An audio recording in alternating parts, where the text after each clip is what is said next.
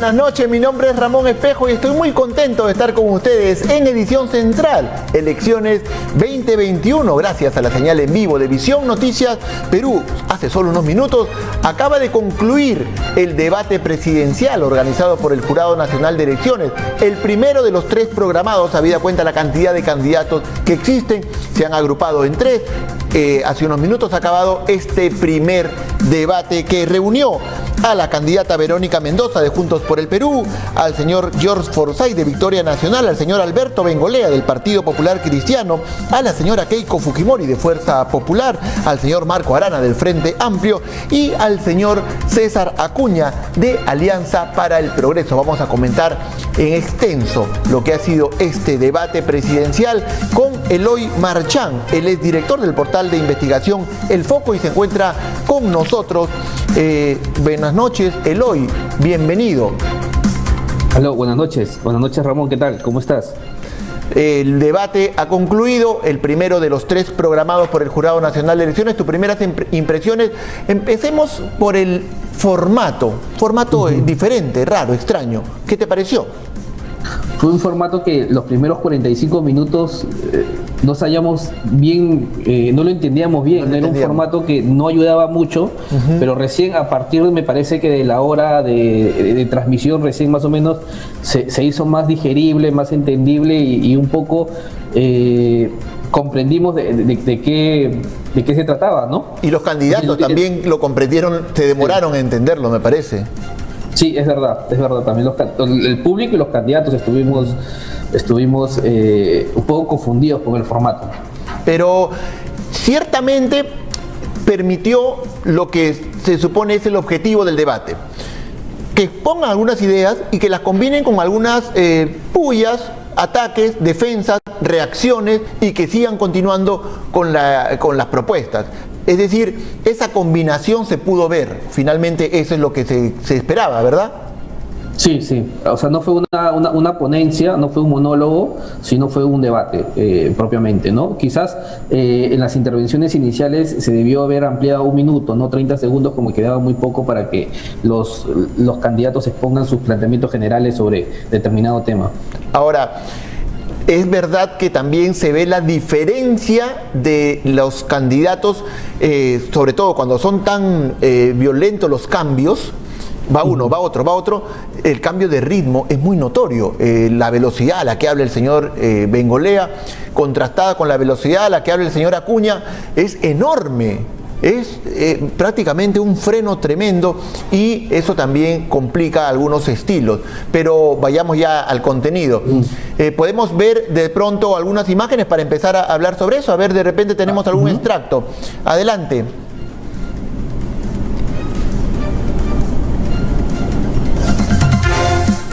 En la seguridad no se aprende mirándola por televisión, no se aprende sentado en un escritorio, se aprende en la calle. Y por eso debemos luchar primero la prevención, que es importante para que los jóvenes no caigan en la delincuencia y tengan un futuro importante para el Perú. Y segundo, lo reactivo. Debemos reaccionar de forma inmediata y meter a los delincuentes presos. Simplemente para contestar. Nosotros, el show que hemos armado en la Victoria, 2017 y 18, 7.000 denuncias. En el año 2019, donde estuve yo, solamente 3.000. Esa es la realidad cuando se trabaja con profesionalismo. Y por último, he tenido que salir de la Victoria para luchar por el Perú, para no permitir que los mismos de siempre vuelvan a tomar el control del Perú. Muy bien, muchísimas gracias. Les señalamos a la señora Mendoza primero, luego la señora Fujimori, por alusión también. Por favor, adelante. Sí, algunos se sienten machitos y valientes cuando tienen un chaleco antibalas, cuando están rodeados de personal policial, pero esos son generalmente los primeros en arrugar, como arrugó el señor Forsyth en medio de su gestión en la Victoria, dejando a los vecinos de la Victoria en el abandono total. Hay que tener también autoridad moral para poder liderar la lucha contra la delincuencia y contra la corrupción. Autoridad moral que el señor Forsyth no tiene, porque prefirió poner a dedo a sus amigotes en su gestión municipal, porque contrató empresas directamente a dedo que no tenían ninguna experiencia previa en plena pandemia, sin ninguna transparencia. Así que un poquito de dignidad, señor Forsyth. Señora Fujimori, por alusión también. El señor Forsyth habla de mismocracia Ese es el equipo que lo rodea, ¿no? Los dinosaurios de siempre, por favor. Así es que no levante usted la mano. Aquí lo que se necesita para luchar contra la delincuencia es mano dura. Y no mano dura contra su ex esposa, mano dura contra los delincuentes. Y lo que tenemos que hacer es potenciar a nuestra Policía Nacional, que ha sido tan humillada. Tenemos que trabajar de la mano para lograr recuperar la tranquilidad de nuestro país. Pedimos un poquito de silencio y reiteramos. Bueno, este pasaje del debate fue bastante tenso, bastante duro. No había visto ataques hacia el señor George Forsyth, al menos en lo que va de la campaña, tan directos respecto incluso de su esposa. Algunos se sienten machitos, le han hablado en su idioma. A ver, cuéntame, ¿cuál es tu percepción?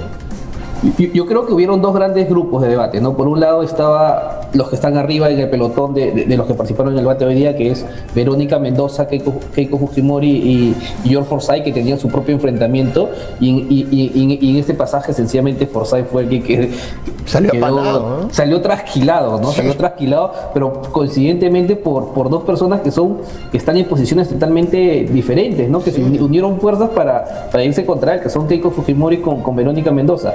Y el otro pelotón es de los que están en el paquete de otros, ¿no? Que es Acuña, Bengolea y Marco Arana, que creo que el mejor de ese grupo y creo que el mejor del debate en general, porque supo exponer bien sus ideas, fue Alberto Bengolea, ¿no?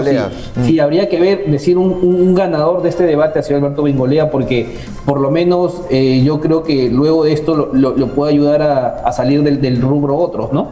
O sea, Bengolea combinó lo mismo, ataque, porque también estuvo en un encontrón con varios, incluso con George Forsyth, y lo atacó directamente en lo que más le duele, y también pudo exponer bien lo que estaba planificado a hacer. Pero en este caso, y para cerrar este tema este bloque que hemos visto, no es de gratis esta reacción de Verónica y Keiko, la provoca el propio Forsyth cuando habla de la mismocracia y lo señala directamente. Estos son los mismos de siempre, de una manera tal vez un poco despectiva, y genera esta reacción inmediata de dos personas, pues evidentemente dos mujeres que además tienen mucha experiencia para debatir y que no se dejan pisar el poncho tan fácilmente. Creo que ahí Forsyth sintió realmente que no debió haberse metido en ese terreno. Y no supo responder a ese ataque. George Forsyth fue por lana y salió trasquilado en este momento. Ahora, en este momento del debate, sí. Tú dices, acabas de decir algo que me deja pensando. Bengolea ha sido ciertamente de lo más destacado que ha habido hoy día, pero ¿tú crees que realmente esa impresión que hemos tenido de él, se traduzca en intención de votos? Masivamente no. Ya es bastante tarde, ¿no? Además que es un candidato que está yendo bastante solo, ¿no? Lo que sí le puede ayudar es a salir del rubro otros, por ahí llegar al 2%, pero yo creo que ya es muy tarde claro. y no fue una exposición descollante, ¿no? Que gire el rubro o el camino que están yendo ahorita las elecciones. Ahora, hubo una dupla que era muy esperada, que era la dupla de la lucha contra la corrupción, porque enfrentaba a Keiko con el señor Marco Arana, y no decepcionaron, porque realmente Keiko, digamos, sabiéndose que ella te cargaba una mochila, salió con todo el ataque. Vayamos al momento. La experiencia de las personas y hacer estos procesos de manera virtual. Pero por alusión voy a contestar a los ataques del falso cura Arana, que en realidad es un fariseo. Porque si recordamos ya en tiempos bíblicos, ¿no? A ellos se les llamaba los sepulcros blanqueados. Esos falsos profetas que se llenan la boca hablando de honradez, ¿no? De transparencia, pero pregonan lo contrario. Y es importante acá que la población sepa que él dirige una ONG que recibe millones de ONGs internacionales, no para ayudar a los peruanos, sino para destruir la inversión, destruir nuestro país, dividirlo, fomentar el caos y la violencia. Y qué bueno de estar aquí y decirle cara a cara: Nosotros desde Fuerza Popular vamos a combatir y no vamos a permitir que usted condene al Perú a la pobreza, a la desigualdad, a la miseria. A la izquierda radical le digo no. Tiempo. Muchísimas gracias. Le hago la pregunta. Bueno, el cura Arana respondió a ese ataque, ahorita lo vamos a ver, pero cuéntame qué opinas, Eloy, de esta participación, o en todo caso de lo que acaba de decir la señora Keiko Fujimori. Ese enfrentamiento entre Arana y Keiko fue un 3-2, ¿no? Lo terminó ganando al final Marco Arana, creo, porque le dio en el cimiento, en el pilar de Keiko Fujimori, que ha sido durante la campaña, que ha sido el gobierno de su padre. Claro. Pero no fue un 5-0 como terminó siendo, o como muchos esperaban que sea, o que repita lo que hizo Popio Olivera con Fernando Olivera con Alan García en la anterior elección. Creo que Keiko pensó en eso al ver esta dupla, dijo: yo no voy a escucharlo, voy a salir a atacarlo primero, porque ella empieza justamente la dupla, y luego Arana, ya golpeado, puede revertir la situación, pero como tú bien dices, ya ella logra equiparar, anticiparse a lo que podía ser, porque realmente el tema de la corrupción es la gran mochila que ella carga. Claro. Vamos a escuchar lo que dijo Arana al respecto. Creo, por alusión, que la señora Keiko Fujimori se ha aterrorizado con que vamos a cortar las uñas a quienes le han robado al Estado. Su padre y Montesinos, que pagaron sus estudios, robaron más de 6.000 millones de dólares de las privatizaciones del Perú. Y ahora, aprovechando la pandemia, está libre y puede candidatear. Eso se va a terminar. Las fiscalías y los juzgados tienen que actuar con celeridad. Necesitamos justicia sumaria y expeditiva, ética, como la que hacen las rondas campesinas. Y evidentemente hay que mejorar los mecanismos de transparencia. Pero si no empoderamos a la ciudadanía para luchar contra la corrupción, lo que se puede hacer en las alturas es poco.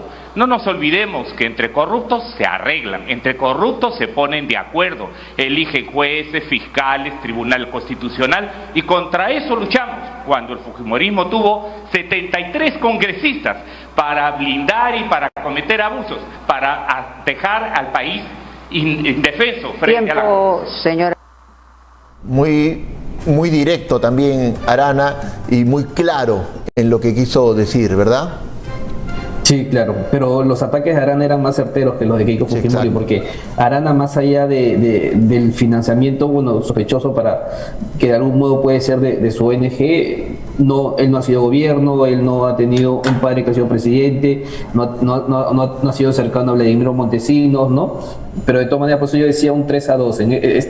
Este enfrentamiento Arana-Keiko ha sido una victoria de Arana por 3-2, no ha sido un 5-0 como fue el de Popi versus García, ¿no? Es que realmente la mochila de la corrupción para Keiko es demasiado enorme, es un muñeco inmenso, y eso verdaderamente, si no lo aprovechas, pues no tienes ningún futuro. Pero ¿qué te deja el debate en general, Eloy? Cuéntame más o menos tu primera percepción.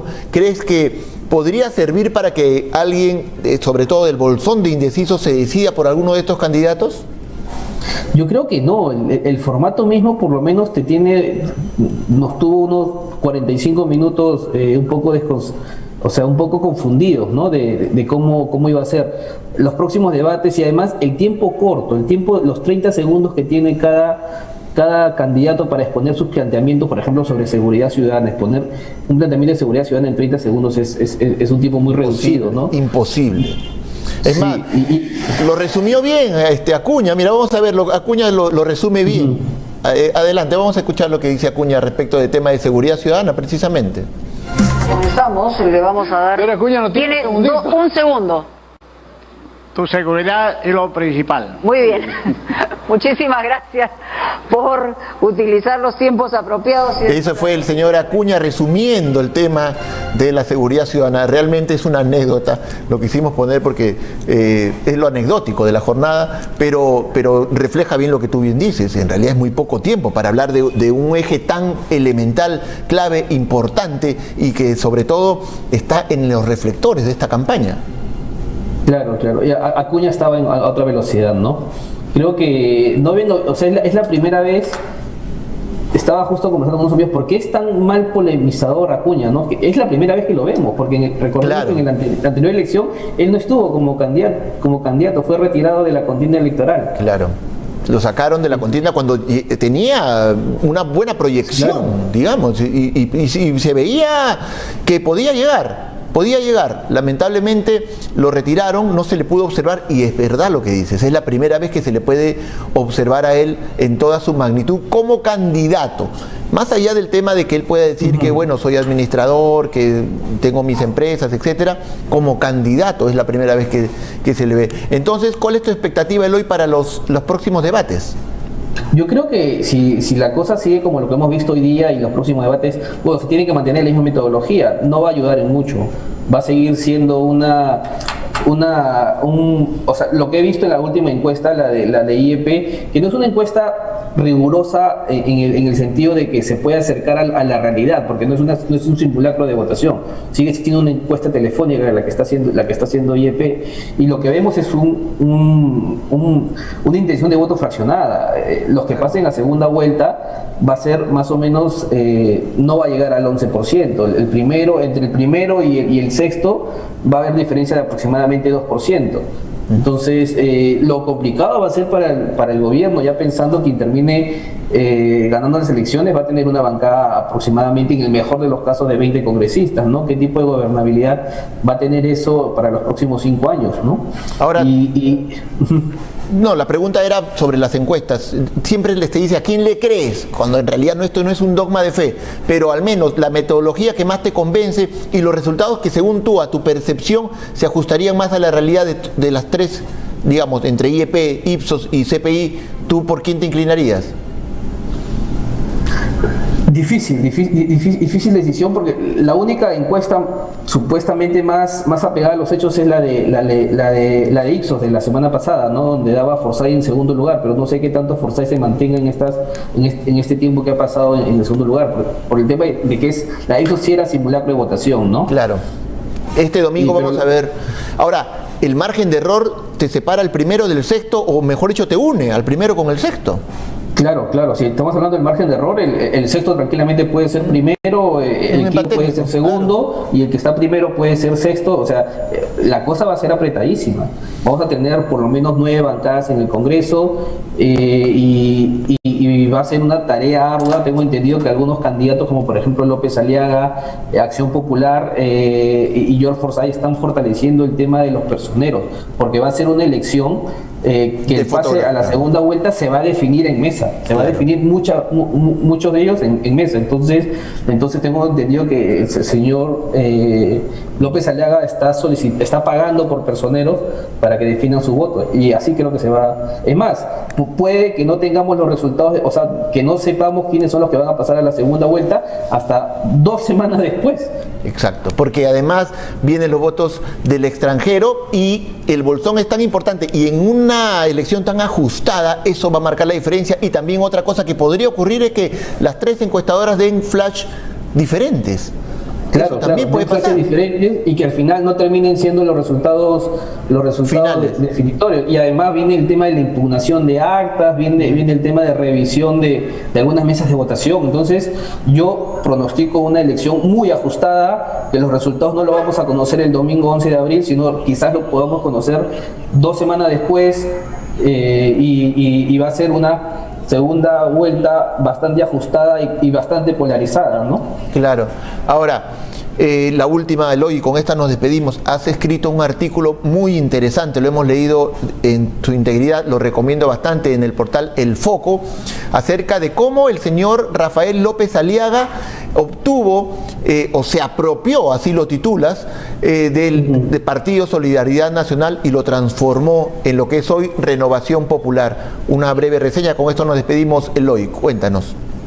Sí, es un artículo que le íbamos trabajando hace 3 semanas, ¿no? Nosotros le solicitamos una entrevista al señor López Aliaga, justamente para preguntarle sobre esto y otros temas. El señor López Aliaga dijo, no voy a hablar con ustedes, mediante un intermediario le escribí directamente a él, no me respondió. Entonces lo que decidimos en el foco es hacer informes con cada una de las interrogantes que nosotros teníamos. Entonces dijimos, vamos a empezar con esta historia de cómo López Aliaga ingresa a la política, cómo se hace con el manejo y control de Solidaridad Nacional, y un personaje central en toda esta historia es Martín Bustamante, el que era brazo derecho de Castañeda Locio y que terminó abriéndole la puerta en primer lugar para entrar al partido en el año 2016.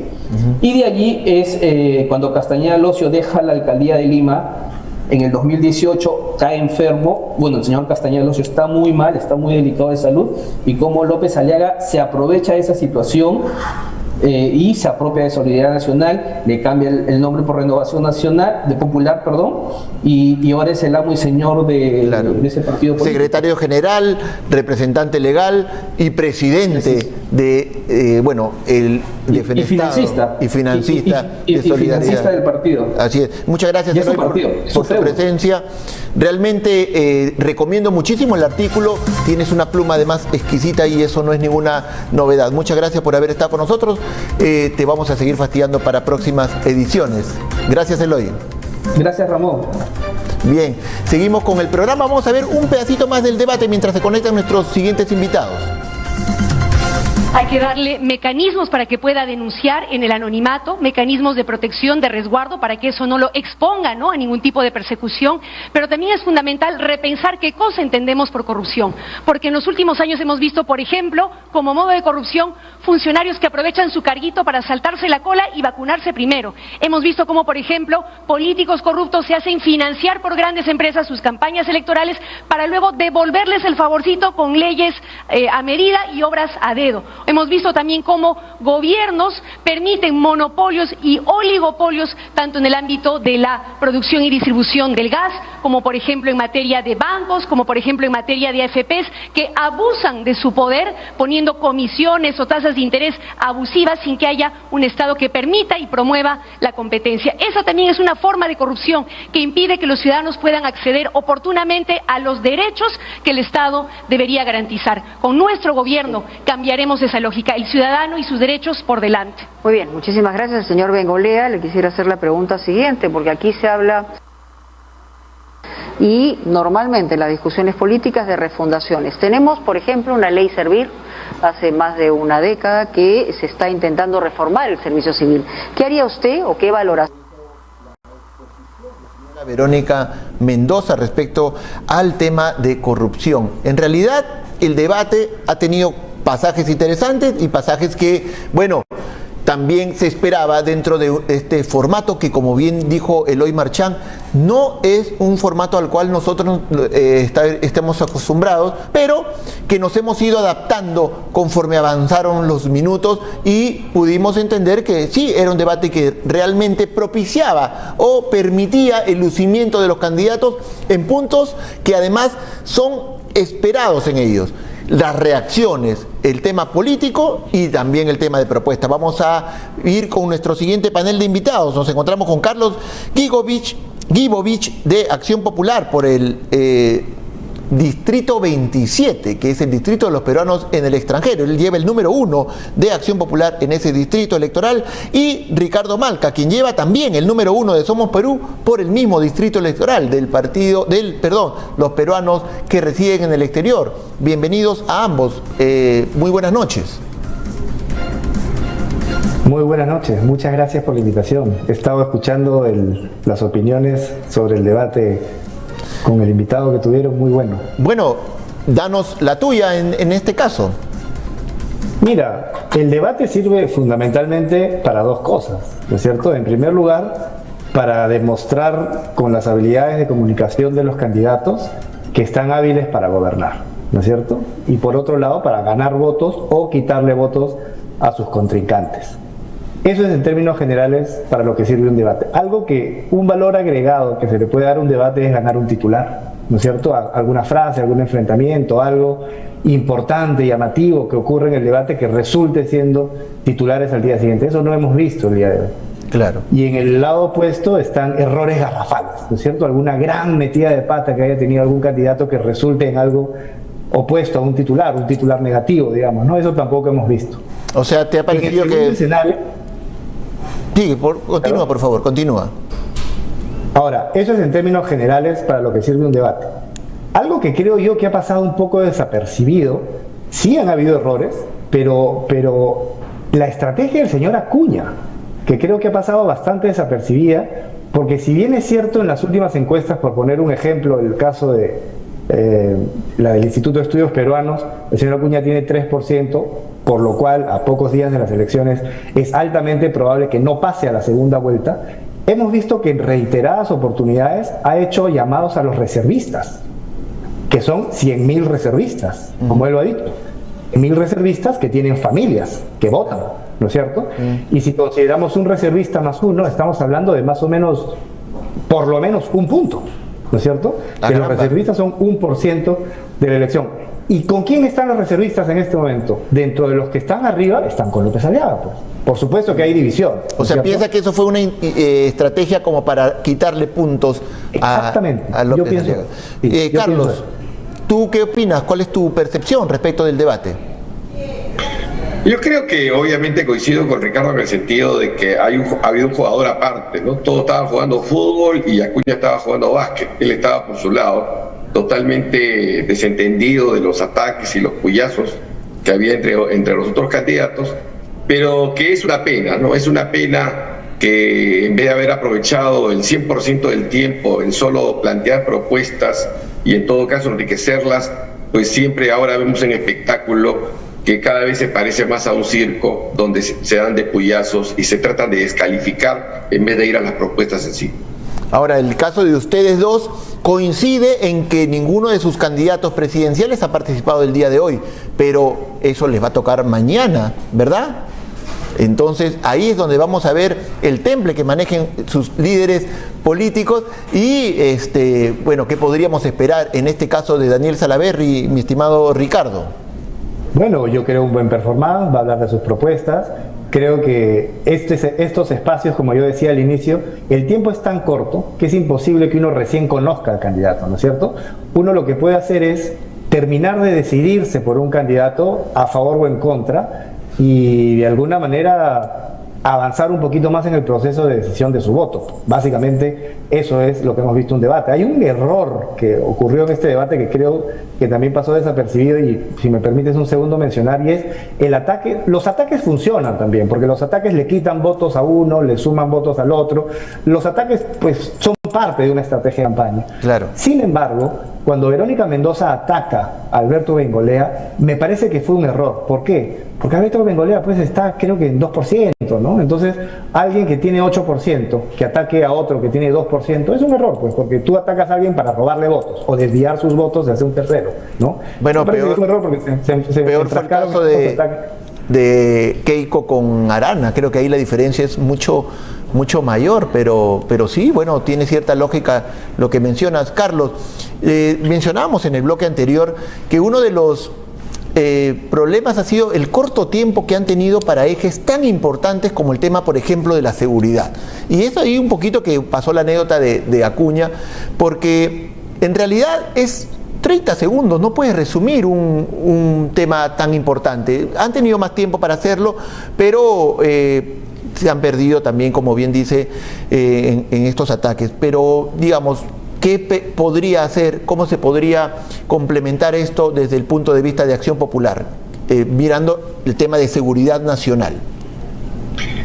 Yo antes de responder esa pregunta, yo quería un poco también, ojalá que los candidatos presidenciales hubieran mantenido el nivel que mantenemos nosotros los candidatos por el Distrito 27, ¿no? Uno puede observar los diferentes foros donde hemos estado actuando. Con Ricardo me he encontrado en más de una oportunidad y creo que nosotros sí sabemos mantener un nivel alturado de debate. Inclusive a veces tomamos algunas de las ideas o propuestas digamos, en este caso, por ahora, oponentes políticos y las enriquecemos, ¿no? Entonces, yo creo que estamos hoy día los candidatos de este nuevo distrito electoral 27, creo que podemos dar un ejemplo, inclusive a los mismos candidatos presidenciales, que se dejen de puyazos y perder el tiempo a veces en cosas intrascendentes. Mira, el tema de la seguridad pública es un tema bastante delicado, no es solamente un tema policial, como creo que algunos lo han enfocado, pero pocos han tocado que es un tema donde hay que implicar al Poder Judicial, al Ministerio Público, a la Defensoría del Pueblo. O sea, es todo un contexto. No se puede tratar solamente el tema de la seguridad como un tema policial. Hay muchos temas, y hay un tema que habría que ver, digamos, previsional, que se tocó tangencialmente, me parece que fue el candidato Bengolea, que es en el tema de formar ciudadanía, de rescatar valores. Es decir, yo creo que por ahí es el tema donde hay que trabajar muy duro, porque claro, yo soy mayor que Ricardo, y yo sí recibí, por ejemplo, educación cívica y otros cursos que me hicieron de alguna manera tener valores. No digo que no los tiene Ricardo, pero Ricardo los ha recibido tal vez en la casa. Pero había una obligación de parte del Estado de inculcar los valores en las escuelas y sobre todo desde muy niños, ¿no? Es verdad, porque se ha enfocado más en la sanción que en la prevención, y eso lo dijo ciertamente Bengolea. Preferimos sancionar y decir castigar cuando la idea es no tener delincuentes. Ricardo, tu opinión respecto al tema de seguridad. Sí, yo estoy de acuerdo, ¿no? Y de hecho un elemento adicional a algo que hemos visto ha sido claramente quienes están preparados para gobernar y quienes han aprendido en el camino dos o tres temas para poder hacer campaña, ¿no? Claramente hay personas que, más allá de nuestras preferencias políticas, están preparados, y otras personas que han aprendido dos o tres cosas para poder hacer campaña y conseguir unos cuantos votos. Y también yo sí coincido en lo que han dicho algunos de los candidatos en el debate de hoy, pues que hay mucha gente que ha estado en política por muchos años, ellos, incluso sus familias, y que más que bien lo que le han hecho es un daño al país. Por eso es importante ver personas nuevas, y coincido con Carlos en el sentido que las personas que estamos postulando por el Distrito 27, pues no nos hemos enfrascado en ningún momento en debates, en pleitos, en ataques, ¿no? Yo creo que siempre se han dado diálogos constructivos en este caso. Bueno, pero realmente, y eso va a ocurrir en caso ustedes sean favorecidos el 11 de abril con el voto, y van a tener que venir acá y van a tener que debatir de ese modo, porque van a encontrar con esta realidad que no nos gusta, y nos gustaría realmente que ustedes la enriquezcan y mejoren este nivel de debate. Pero ahora lo único que tenemos que esperar es ver este nivel, y en algunos puntos hay que reconocer no es del todo saludable. Carlos, para despedirnos, ¿qué podríamos esperar no solamente del tema del debate mañana, sino de lo que queda de la campaña de Acción Popular, donde se van a reforzar los puntos, digamos, en lo poco que queda, y sobre todo que nos promete Carlos Guiovich para cuando ingrese al Congreso de la República por Acción Popular representando a los peruanos en el exterior? Un minuto, por favor. ¿Cómo no? Creo que aquí lo que se espera definitivamente es la problemática en términos generales de los peruanos en el exterior, que estamos en más de 100 países, en los 5 continentes, es tan grande que creo que nosotros no debemos perder tiempo en estos enfrentamientos de tipo a veces intrascendente, insulso, que no tienen nada que ver. Y como dice Ricardo, estamos más preocupados por llevar propuestas, enriquecerlas, y de alguna manera a partir del primer día útil del Congreso pues está trabajando por estos casi 3,5 millones de peruanos, que nadie lo sabe exactamente cuántos son, pero porque ha habido un Estado indolente, un Estado ausente, que no ha estado presente al lado de ellos. Pero sí, si yo tengo que hablar a título personal es, pertenezco a un partido político con historia, con más de 60 años de existencia. Yo milito 45 años en el partido. Tengo muy claro el tema de los valores. Somos un partido histórico, con doctrina y con martirologio, y tenemos el gran ejemplo de Fernando Belaúnde y de Valentín Paniagua. Y es por eso que les pido a los connacionales que viven en el exterior que confíen en nosotros, que vuelvan a confiar en nosotros, y sobre todo, como dice nuestro candidato presidencial, ama Sua, ama Yuya y ama Aquella, y al cual habría que agregarle el ama Opa, ¿no? No seamos ingenuos, y el ama John, no seamos serviles. votemos informados y este 11 de abril marquen las 3 lámparas de Acción Popular y escriban el 1 de Carlos Guibovich. Carlos, la última, perdóname Ricardo, un temita final para Carlos. ¿Te sientes ya en segunda vuelta? ¿Crees que ya esto es un hecho? Yo creo que es un hecho, yo creo que por el momento sí está ahora. Son siempre las estadísticas o las encuestas, pues son fotografías de ese momento, ¿no? Sabemos que todavía hay un gran porcentaje de indecisos que pueden definir, pero si hoy día tendría que opinar, no soy ningún brujo, no tengo una bolita de cristal, pero yo creo que sí, es probable sí que vayamos a segunda vuelta, lo cual es una pena, porque nos ahorraríamos una gran cantidad de millones de soles, ¿no?, que deberían ser más empleados en combatir la pandemia y otras, digamos, deficiencias que tiene nuestra población. Los votos de los peruanos que residen en el extranjero va a ser clave en estas elecciones, por lo apretado que está en este momento la tabla de posiciones, sí. Y eso pienso que una vez más Y permíteme que te diga, ¿no? Son 977.000 electores que estamos afuera, pero que lamentablemente va a haber situaciones complicadas como la de Chile, que ya posiblemente no se puede realizar ahí, o hoy día que sabemos que todavía hay problemas tanto en Puerto Ordaz como en Caracas, en Venezuela, y va a depender también algo en Italia. O sea, estamos un poco sujetos también a las legislaciones y las decisiones que tomen los gobiernos nacionales que nos acogen. Va a ser seguramente ese el voto esperado para muchos en estas elecciones. Ricardo, lo mismo, último para despedirnos.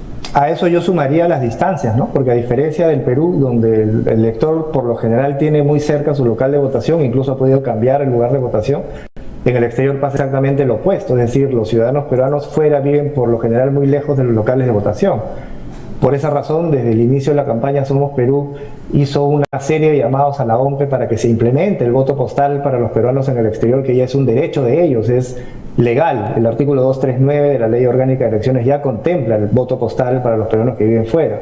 Somos Perú le ha entregado de buena fe, digamos, un proyecto de reglamento a la OMPE para que lo pueda implementar pues a la brevedad, ¿no? Y los peruanos en el exterior puedan hacer uso de ese derecho. Y pues para estas elecciones yo creo que lo principal es pensar bien por quién votar. Si queremos más de lo mismo, pues elijamos lo mismo, y si queremos un cambio y si queremos mejorar, pues démosles la oportunidad a quienes están dispuestos y están preparados para poder aportar lo mejor que puedan, con la mejor voluntad, y mejorar un poco la política, ¿no? Porque finalmente de eso se trata, de mejorar para que todos podamos ganar. A quienes me quieran conocer, los invito a conocer mi página, que es ricardomalca.com. A los que nos escuchan del Perú, a invitar a sus familiares y seres queridos en el exterior a que me puedan conocer, y nuevamente pues a ir a votar, a hacer el esfuerzo, ya que la oportunidad que tienen ahora los peruanos del exterior es única, porque por primera vez van a elegir a sus representantes, ¿no? Y creo que hay que elegir a personas que con trabajo demuestren que desde la política realmente sí se pueden hacer cosas buenas en favor de la gente. Muy bien, muchas gracias. Fue Ricardo Malca, candidato al Congreso por Peruanos en el Exterior, y Carlos Guibovich, candidato también al Congreso por Peruanos en el Exterior por Acción Popular número 1, en el caso de Ricardo por Somos Perú con el número 1. Muchas gracias por haber estado con nosotros, mucha suerte el 11 de abril. Se nos ha agotado el tiempo, hoy día vuelve Talostra, ya lo vi por aquí a Javier Merino. Vamos a tener nuevamente pues la presencia del gran Javier Merino en Talostra, a quien le vamos a desear toda la suerte del mundo en esta, en este reingreso a su programa tan visto. Muchas gracias, se nos ha agotado el tiempo. Mañana nos vemos a la misma hora. Chau, vean el debate.